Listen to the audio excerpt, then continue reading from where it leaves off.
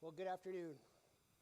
Let me just open us up with a quick word of prayer, and then we will get started. Dear Heavenly Father, we just thank you for our ability to gather together today in remembrance of Philip. Lord, I just pray for all the hearts and minds that are in this room and not in this room, that are just hurting over this past week. Lord, we thank you for who you are. We thank you for the love and hope and grace that is shown in unity. Just pray that you continue to do that, and that you continue to touch hearts. In your Son's name, amen. So we have gathered here today to give thanks and celebrate a life well lived. And I'm going to put on my glasses because I don't have the rest of it memorized. We've come to tell stories and share memories. And today we have come together to celebrate, but most importantly, honor the life of Philip Blalock. Philip Howard Blalock was born on November 24th, 1951, to Margaret and Orrin Blalock, right here in Reno, Nevada. And normally, when I sit down with a family and begin discussing arrangements in the service and stuff like that, I have 9 questions that I ask every single time. And the way that it works is I start with question 1, and I keep asking questions until I get every piece of information that I could possibly need for the service. When I sat down with this family on Thursday, I don't know if they noticed, but they set a new David McDowell record because I only asked 1 question. And then for the next 45 minutes, I took vigorous notes. I never had to take a second question. I never even had to. That 1 question was, tell me your fondest memory of Philip. I had to stop it. Okay, I'm going to go have dinner with my wife now. You guys can keep talking. I have everything I need. I also was fortunate enough to spend a little time with Philip over the last month. And when I was able to pry myself away from the couple of times that I visited him, because he just loved to talk about the Giants and his nephews and nieces, 2 favorite topics in the whole world, or at least when he talked to me anyway. After 45 minutes of listening to this family, I had everything that I possibly needed to write a eulogy. A eulogy is just this memoriam of the person that we're here to celebrate. And as I was writing, I kept reliving the stories that I heard and reliving the expressions of love, and I believe the expressions of laughter, which are the best healing medicine we could possibly have, and the tears.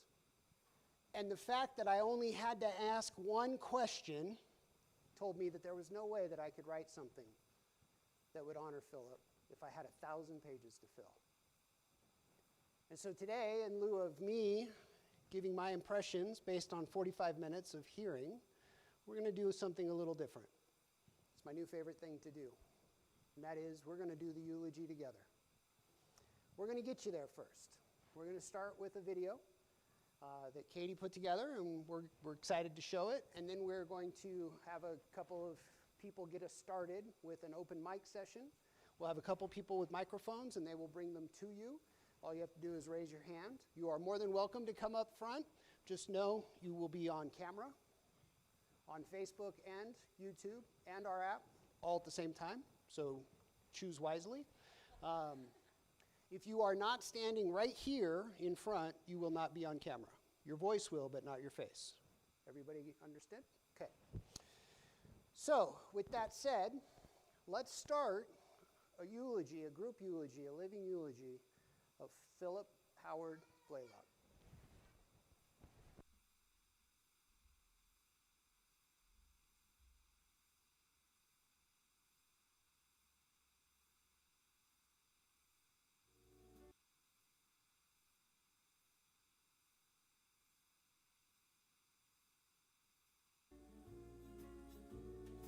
You got a friend in me.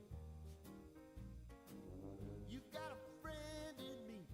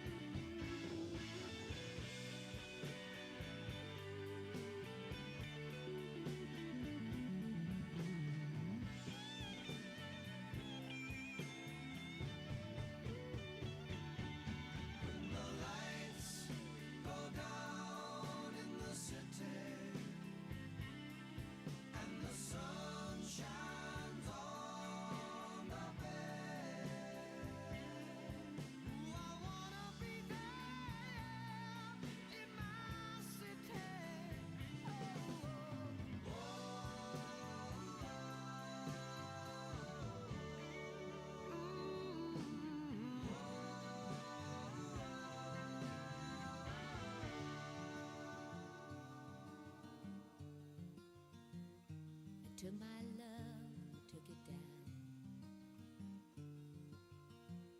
I climbed a mountain and I turned around,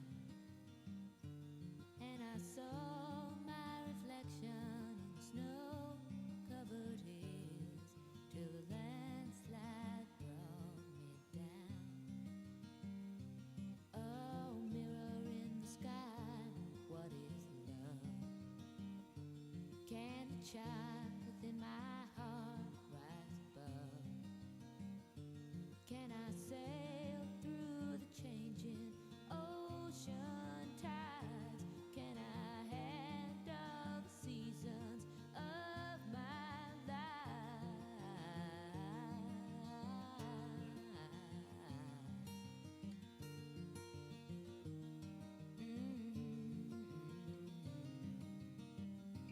Well, I've been afraid of changing, 'cause I've built my life around you. But time makes you bolder, even children get older, and I'm getting older too.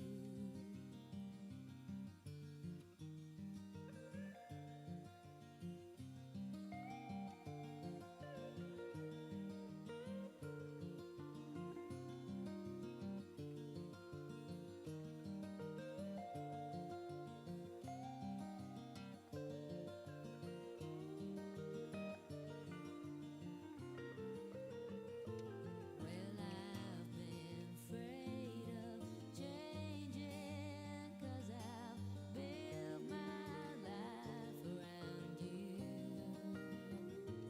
But time makes you bolder, even children get older, and I'm getting older too.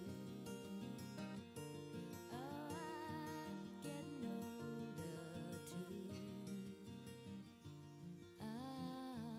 Did my love take it down? Climb a mountain and turned around.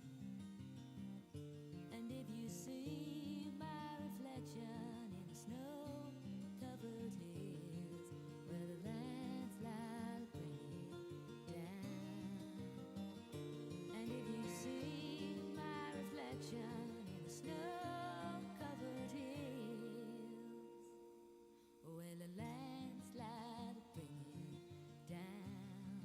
Oh, the landslide bring it down.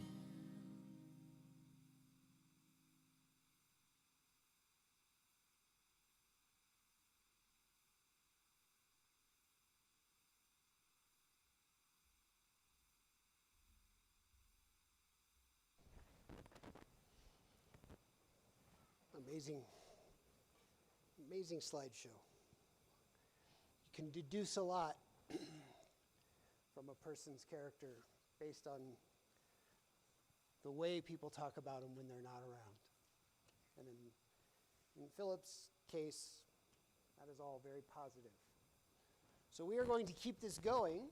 In your program section, it will say something along the lines of nieces behaving badly.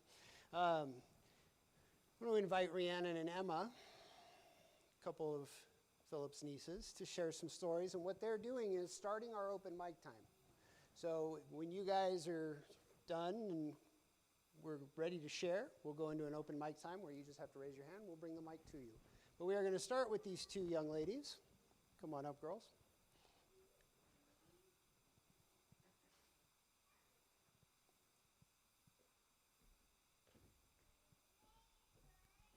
What took so long? Goodness.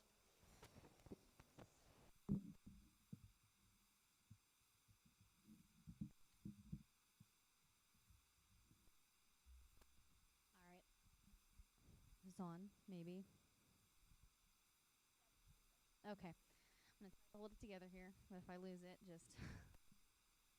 All right, so I want to start off by just saying that I think it's really easy to say that a person has made such a big difference in your life when they're gone, but in Uncle Phil's case, it was to such an extreme extent that sorry.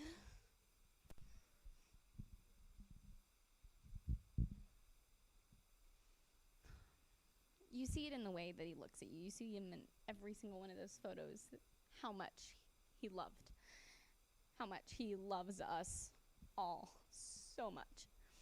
And when I say that it made a difference in our lives, I mean every day from the instant we were born, every day, he loved us with so much heart and with so much of his soul. He was always there whenever you needed to talk, whenever you needed to just be heard. He was those ears. He was that heart that everyone always needed. And especially with him living with us for the first 10 years of my life, he was always there. And he taught us a completely different perspective of love. So, is this on? Yeah, okay. So you said like he was there every day, and when I mean every day, I mean every day. Oh my gosh, every day that I came home from school, I would go to my room, and I remember Mom would be like, "It's dinner," or I'd like walk outside like of his door, and it would be like dark, and I'd be like, "Where did the time go?" Because like he would always sit in his chair in the corner, and he would always pause his Rachel Ray or garage shop show or whatever, and he would just let me talk. And like I remember first through like fourth grade, I didn't have like a bunch of friends, but like it's cliche, but he was my best friend. Like it didn't matter what was going on at school, because I could go home and just have my uncle, and it's like he was there all the time, every day. I remember Mom would be like, "Rhiannon, you have to do your homework," and I'd be like, "No, Mom, we're watching Rachel Ray, like the cooking show, Mom," or like the baking shows. And like I don't know. And then like when he stopped living with us, it didn't stop. Like I didn't call him all the time, but I called him at least once a month. And there was a few months where I called him every week. Like he was there. Like whether he wanted to be or whether he like thought your problems were stupid or not, like he cared about those problems, like because he knew they mattered to you. But I could go on and on about how much he cared, but all of you know how much he cared, so we're gonna tell some stories. Man, when I say that we messed with him as kids, we messed with him as kids. Oh man, he had this walker, and he'd sit down in it, and me and Rhiannon would take charge and zoom him all over the kitchen. We'd move the table out of the way. Chairs, everything. We would move chairs, tables, we'd take him onto the deck, and we would zoom him around on that thing. And let me tell you, he was terrified. He was freaking out a little bit. I think it would be comparable to like anyone that's never been on a roller coaster going on one. Like he freaked out, but you know what? He didn't care. He didn't care. He Like knew it made us happy. Yeah, we even when he was in the nursing home, we go and visit him, and we'd push him around in that wheelchair On and the pillars, I remember one time. all around the pillars, in and out. And you know, I really think it scared him. Like I think it terrified him a little bit, but he just loved us with so much of his being and so much of his heart. And he knew, like I think just the smile on our faces made it a little bit okay. I think he sucked it up just because he knew how happy it made us. On top of pushing him around on his wheelchair, we did many other things. Oh, okay. I don't even know. There's so many. Okay, so me and Emma, we would be upstairs, and we would be bored for whatever reason. And we'd be like, we would know he was downstairs. So we would think it was just a great idea to dress up all in weird clothing, and we thought it was hilarious. And we would like go down there and like just say random stuff that doesn't make sense, just to get a laughter out of him. And then sometimes we would sneak up on the floor, sneak up like low on the ground, and oh my gosh, we would sneak up to his door and open it so slowly, and he'd like be like, "Who's there?" And he's sitting back in his chair so he can't see you, and we just get so low on the ground, and we would let like 3 minutes go by and then do it a little more. He'd be like, "Someone out there?" And you would jump up and scare him, and oh, would he scream. But you know what? We say these things, and even though, like, I'm just saying a lot of people don't have the patience or the tolerance for that, or we get annoyed so very quickly. And he never did. We did this week after week and just poured our heart and Scare him all the time. I kind of feel bad now, like looking back to it, because I just thought it was funny. And I'm sitting here and I'm like, I could have given him a heart attack. Like, does it matter? but he loved us with so much of his heart that he showed us this new perspective of love, that even though we annoyed him and scared him, and even though we were definitely way more than just a little too much to handle, he gave it all, and he never stopped looking at us with any less of a heart or any less of his affection. I don't think I've ever met someone that's never judged, like, ever. Like, if it's a stupid thing, if it's something serious, like, it was always okay. It was always like, say I did something stupid and I told him about it and I was like, I really regret that. He'd always be like, people make mistakes. Like, he was the realest person, and he never had any judgment towards anyone for whatever reason. Like, people like that are rare. I think one of the most amazing things about him, not in the physical, tangible way, but just in the way that it showed how much of who he really was, is how he gave. He gave everything that he had, everything that he was, and he did it just to put a smile on our face. All he wanted was to see his family happy. That's all he wanted. If you were to ask him today, if you were to be able to look him in the eye and tell him, what would you want most in life? What is your like? If you had one wish, what would you make? You'd think it'd be health, or to be able to walk on his own, or be able to do things that we all can do, but it wouldn't be. He'd tell you that he just want us all together, and he just want his family to be happy.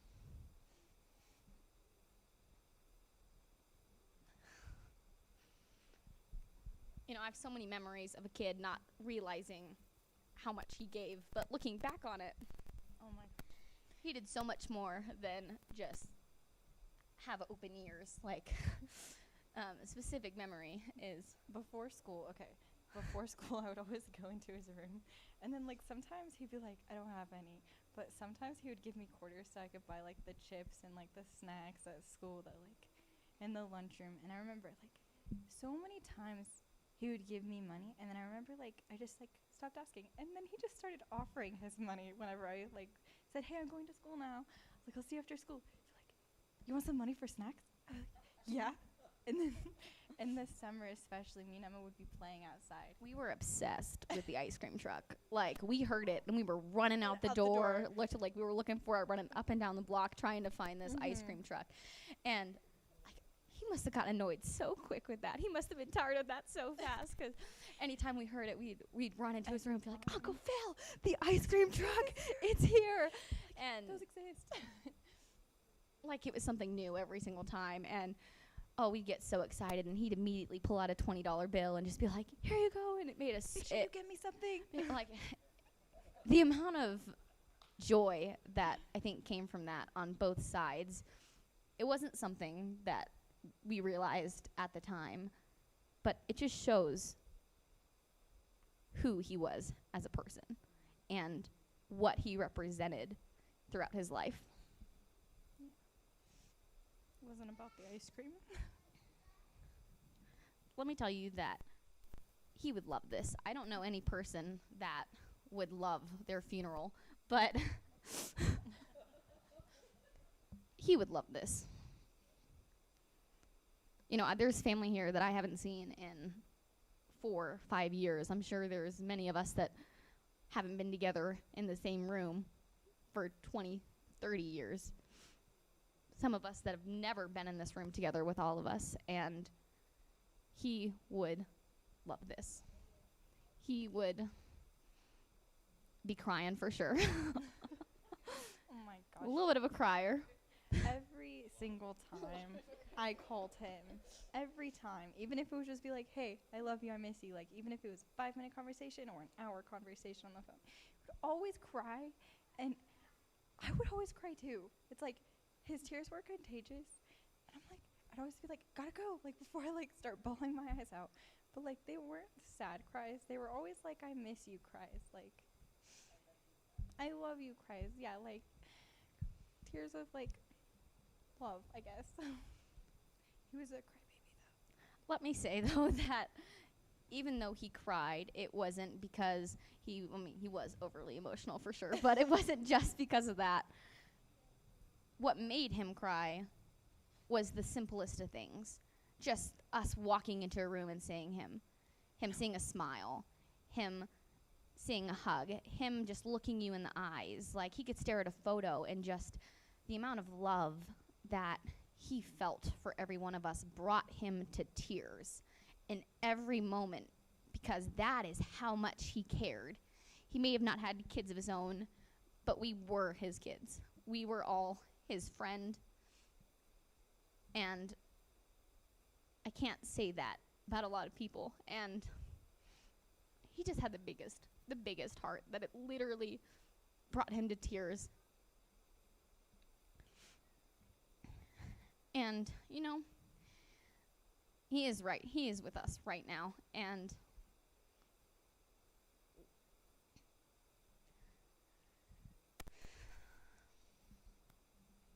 he's crying hard. And he's laughing. And he's walking. And he's walking.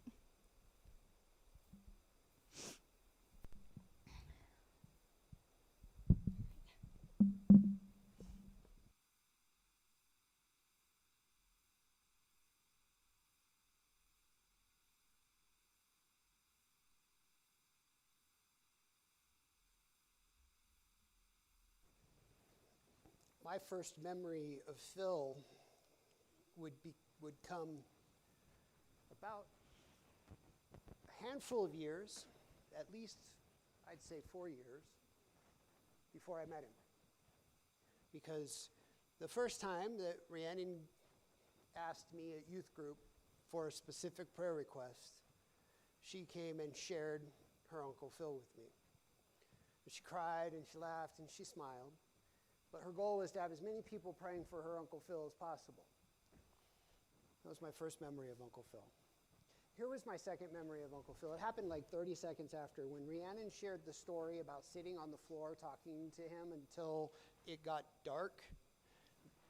Keep in mind, folks, in the summertime, that's like 8 o'clock at night, right? So she gets off of school, what, 2:30, 3 o'clock? So at a very minimum, he sat and listened to a 1st through 4th grade girl talk to him for 3 hours. This guy is the most patient creature God has ever created. And he didn't have to expend any effort to do it. He was so glad to do it. He talked about it when we spoke. He talked about how much he enjoyed listening to the stories and sharing the lives of all of his nieces and nephews in his family. Family was top of the food chain for him. You want to get him talking about his family. So I get to cherry pick the story that I tell, because I didn't live around Philip. I just got to know him a little bit. But I got to cherry pick the stories, because instead of writing the eulogy, we're going to do it together. So I'm going to tell my favorite one, which is the America's Funniest Home Video story. If you haven't heard this, yeah, that's right. You shouldn't have told me. They were camping, and Philip had to sleep in the car so he could sleep sitting up. And their campsite was about 30 feet down and like downhill from the outhouse bathroom that they had. And he had to get up and go use the restroom in the middle of the night, so he got out and trekked all the way up this hill. And then as he's coming out of the outhouse, he nudged his walker, and it went downhill without him. So he's out there trying to pull his pants up and catch his walker and all of those things. If you just picture that for a moment happening to any one of you, and if you ever think for a minute that that's not going to be shared at your memorial service, you are crazy. because that is exactly the kind of stuff that needs to be shared at a service like this. So now that I have taken that story, we're going to open it up. Rini is first, okay. Okay, So you raise your hand and they will come to you, okay? I really don't want to be in front of the camera, but okay. I been thinking about Phil a lot, what I would say, and I remember this poem, just what are little boys made of? Snips and snails and puppy dog tails. That was Phil. You guys, a lot of you guys don't remember him from when he was younger, but my big brother was bullfrogs and baseball, bikes and whistle. He taught me how to whistle without my fingers. It was awesome. And then he got older, and as a teenager, the Beatles and peg pants and pointy shoes. Mama had a sewing machine, and he would sew his pants so tight, and he would try to put them on.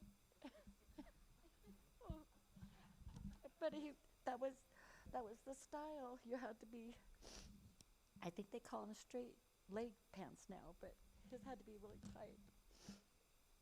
My sister Gail had a car. It was a Nova 2, and it was a clutch. And I can't remember if it was her or Bob, but he taught us how to drive that car in the Hug High parking lot. It was all hills. And whoever got the clutch out without it stalling or jerking us around got a Coke, a free Coke. I would get mad at Phil a lot because I wanted him to be selfish like I was. He worked hard. He worked really hard to take care of us. When he would buy our groceries, our clothes, our shoes, try to make sure we were all good. And I remember one day he asked Mom if he could have $20 from his paycheck. I was pissed. That's your money. That's your money. We had this big old fight. But he wouldn't have it any other way. He would give you anything he had, and he did. His only regret was not ever getting married. But he knew you guys were all his family, and he wanted to make sure you guys were all taken care of. I'm going to miss calling Phil and having long talks. He knew he was loved, but he didn't think God loved him. That was the biggest thing. And the last year we've been talking about that a lot. God does love you. Yes, no, he doesn't. I don't deserve it. But now, I'm sure we can all agree. We're grateful that he is not in pain anymore. Amen. He's where he needs to be. He's our big brother and your uncle and your friend. He'll always be your friend. Okay, who's next?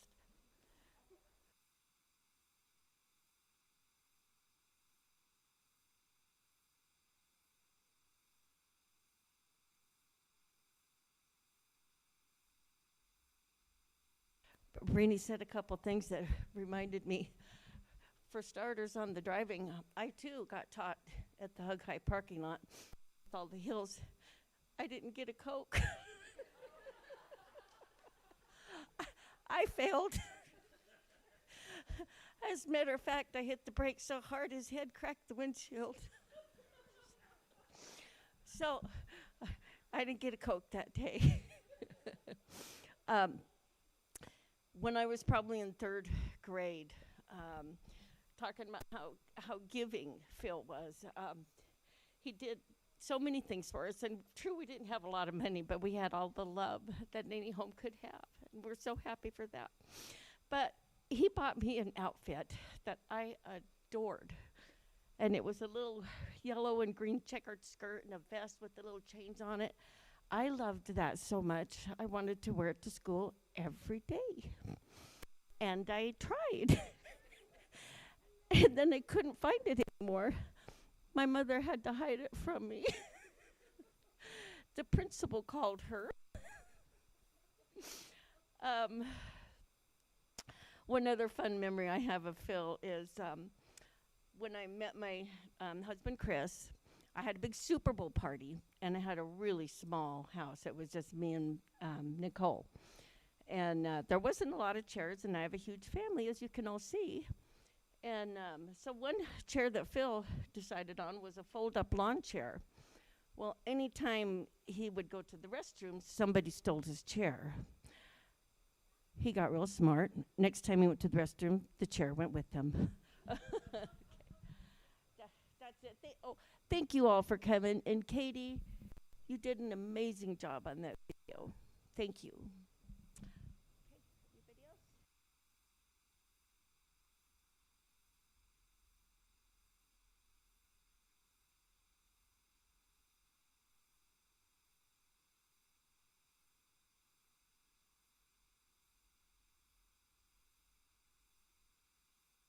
I don't remember much of Uncle Phil, but I remember hanging out with him, and I liked walking in there every time we went over to my grandma's house, and I remember hanging out with him and just saying hi.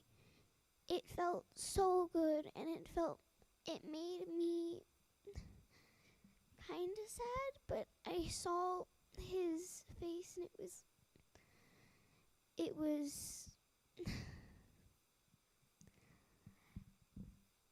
gave me the tears of joy.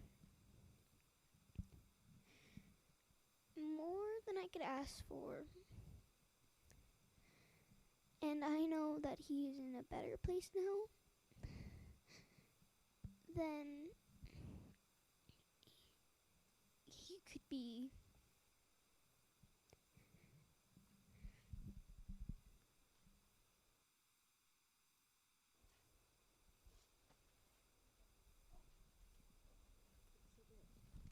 All right, hold on.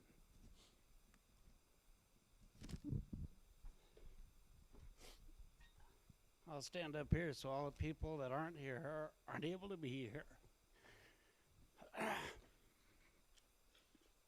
This is something I never do. I'm not a good talker, and if you know me, you know that's a lie because I talk all the time. See, is this mic on? Well, this mic's off. Anyway, I wrote down some stuff for the bro, and Tammy told me to keep it short and keep it about Phil, but Phil was so much in my life. He gave me everything. So I wrote down some stuff here. Philo's life and what he liked and loved. For if you know Philo, you know he loved baseball, or should I say San Francisco Giants. He was the best fan of the Giants or anything I've ever known. He was the best fan. If you looked in the dictionary, under great fan, there should be a picture of Philo there in the dictionary. Please excuse me. Thank you for being here.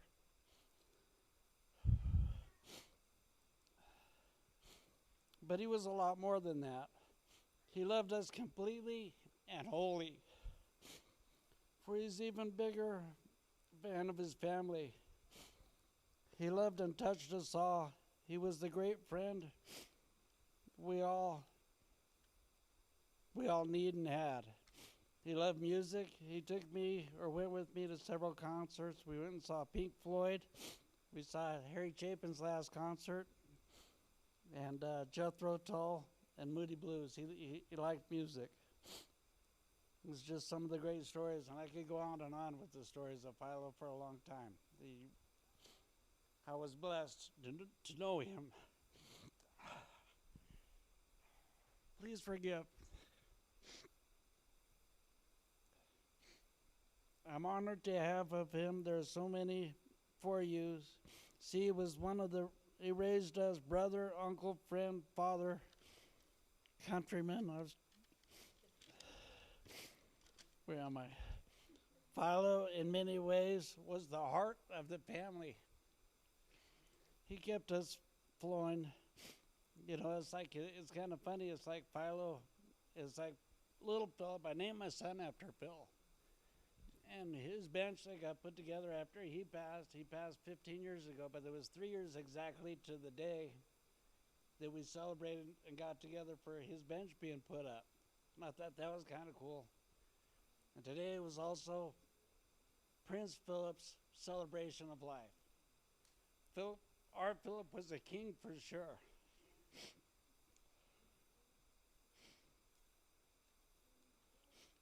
Yeah, it's like Philo would have loved this more than any of us ever could. And I've had a good time with my brothers and sisters and family, you know, laughing and talking about him and crying. We all cry a lot, but nobody more than Phil. But what did I write here? Hold on. Now he touched us all. He was the coolest, for he gave me everything he had to give. That was his thing. For that's how he was. That's the way he lived. That's how he loved. Mostly by his family, with a hug and a smile.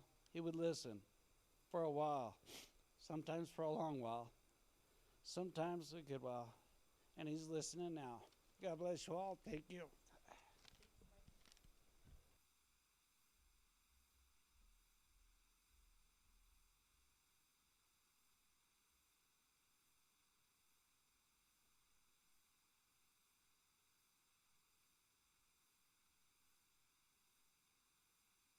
On?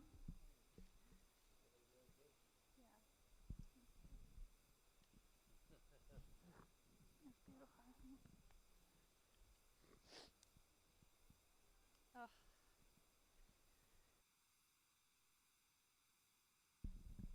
So we were all in the house talking the other day about a memory we had, and there's a few of you here. Brett, me, Philip, my brother, and Kellyanne. We all went camping at Big Bend, and we went down to the river, and we played, and we were playing, and it was supposed to be breakfast time soon, and we were just so absent-mindedly having fun. We ended up going down for a long time, and I brought this story up, and I asked Shani, do you remember? She goes, are you kidding? Do I remember? Because what happened was the parents were obviously worried about us 4 hours later. Where are our children? So Jessica drove her truck down to the bottom of the river and yelled, you guys are in big trouble. And we were freaking out, and we ran up into her truck, and we got back, and oh my gosh, the parents were, understandably, I'm an adult now, I'd be freaking out too. Just so worried about where are my children, and so we got yelled at really hard. Like, we were grounded for our entire life. Like, and so we all were pretty upset, and the parents finally dissipated, but Uncle Phil was there. And he was such a good bridge gapper because he didn't have his kids of his own, and we were his kids, but in a different way, because he didn't have that such of a strong emotional connection to that being angry. So he's, I can't believe they yelled at us like that. And he would be like, I'm sorry they yelled at you. And so he made us feel heard and validated as kids, but he also got to share that parent perspective of, but you know why they're upset, right?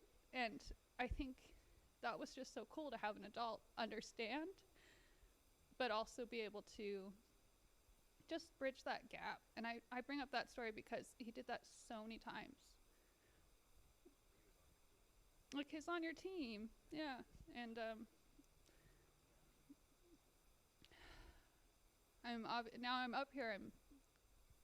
That's the only story I can think of right now. But one thing that I keep hearing in my head is all of his weird little funny vocal things he would do. Like, you'd be in the front room and you just hear, woo!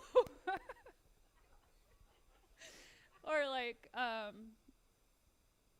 love you. I love, blah, blah, blah, blah, blah. Like, he would have this like babbling thing that he would do. And since he's passed, I keep having those little memories pop in my mind, and it just makes me feel good.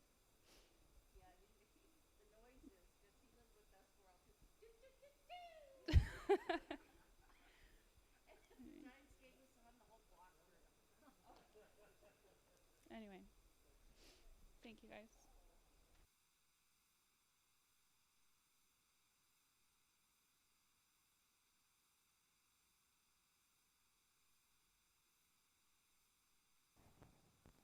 The time that you guys share together over the rest of the weekend, the rest of the day, or moving forward, there's never a wrong time to share a happy memory, ever. And you never know. Your happy memory could change somebody's day in an instant. So don't keep those to yourself. Philip would want you to share them. So please continue to share those stories outside of here, without the microphones and the cameras and all of that stuff. Please continue to do that. I'm going to give a last call. Make sure anybody, yes, where? Okay, go ahead. Thank you. She wouldn't have let me keep going. I was just going to say, Uncle Phil, when you guys bring up love, I mean, that is not even the closest word you can say. If you saw him once a year or 5 years, he loved hard. And everyone, when I first came to the family, we would get a Christmas present from Uncle Phil. And I'd open it up, and it was a calendar. And it was kind of like a Chinese calendar. And I thought, God, that's just the oddest thing. I mean, we never did that. But we wouldn't see him for a year or two. I don't care what year it was. We would get our calendar wrapped up. If we weren't home, it was on our front porch every single year. And it just, again, you weren't there every day, but he loved hard. He'll be missed.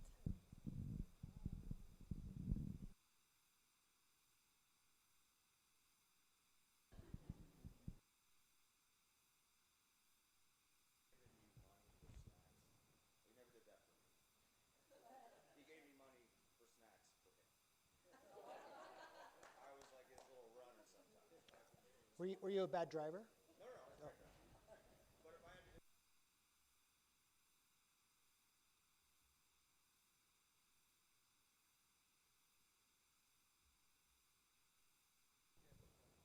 Anyone else? Oh, there you go. I'm the one that basically was the next one in line. I was his little brother.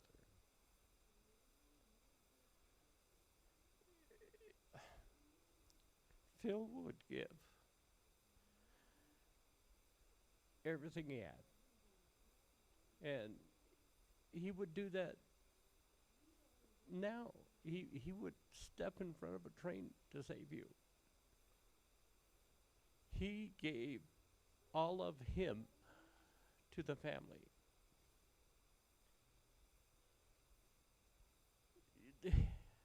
I'm sure he's filled up with love right now because it's going his way. He was the surrogate father in our family. He did work his fingers to the bone at 15, 16, 17. All he did came back to the family, and that's Phil. Everything about Phil was family. But that's all I can really say. Thank you, sir. I love Bill because he was love. And you talk about family. One of the earliest memories I have, he worked up at UNR, and my mom would go see him. And he would argue to have a little bit of the money that he made because we needed it for the family. I drive truck, and I would talk to him about God, and about love, and he would be in pain. You have to understand the pain that he is in. And he would ask for prayer. And I said, okay, tell me specifically what you want to pray for, because I believe in that. You have to believe. You have to understand what you're praying for and who you're praying to. And he would want prayer for everybody else. He never asked for prayer for himself. And we would pray. And I know, because I prayed with him and talked to him about it, where he is. And he was love. And I know that's what God is love. And that's why I know where he is. And I love him.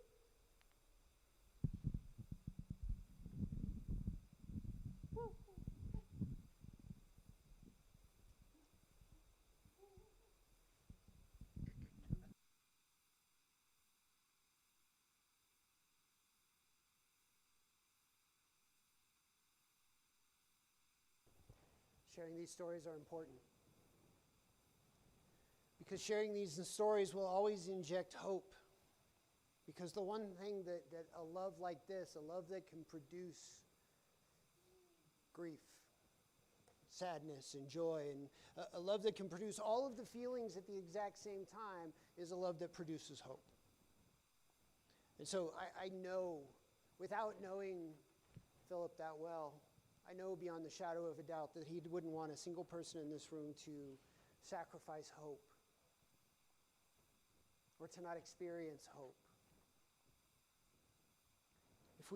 If we don't understand why we experience the love that we experience, what's the point of experiencing it? Love is dangerous.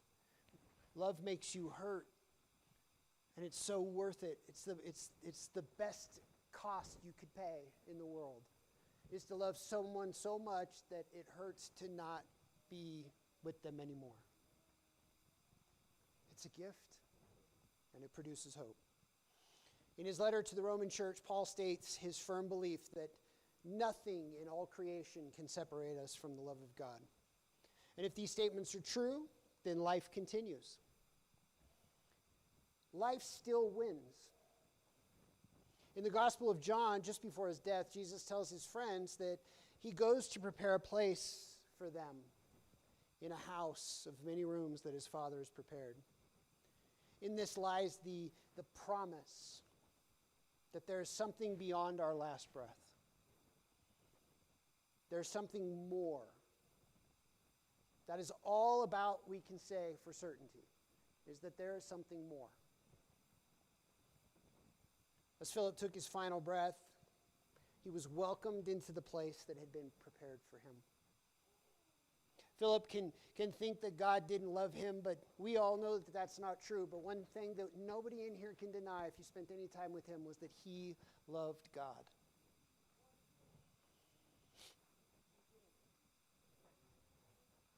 And he's been received in the open arms of love. The love that holds him and us in arms that will never let us go. And today, as we celebrate a life that was full and well lived, we give thanks for gifts that have been shared. And let us hold strong to the hope together. Please, if you take one word out of here that isn't love, because it was been said more in this last hour than I think it's ever been said in here, that is together. Love together. So if we want to honor the memory of someone who put his family above all else, we would do it together. Amen? Psalm 121 says, I lift my eyes to the hills. From where will my help come? My help comes from the Lord who made heaven and earth. He who keeps Israel with neither slumber nor sleep. The Lord is your keeper. The Lord is your shade at your right hand. The Lord will keep you going and keep you coming from this time forevermore. Philip's time here has come to pass. There's nothing that anyone can say or do to change that. All we can do is give thanks for the gifts that we've shared. And we know that life's hardships are somehow easier when we face them together. So we support one another, and we share the words of faith that life wins. Somehow life still wins. Will you pray with me? Dear Heavenly Father, what a blessing and an honor it is to just share love and life. Lord, you can be a stranger and feel the love in this room. I'm so grateful for that. I'm so grateful to be able to experience it. But more importantly, I'm so grateful that this family gets to experience it together. That these friends get to experience it together. That no matter what, we honor Philip today in your name by experiencing it together. In your son's name, amen. All right, before you take off, I have a little part of this that I did not inform the family was happening. I made a promise to Uncle Phil, as he wanted me to call him. I made a promise to Uncle Phil that I would share. If I could not find this video, I would edit it myself and show it here today. So this video is about 11 minutes long. The service is effectively over, so if you don't want to watch an 11-minute cut-together highlight of the 2010 Giants history, then you are welcome to leave. But if you would like to see that, it's going to start right about now.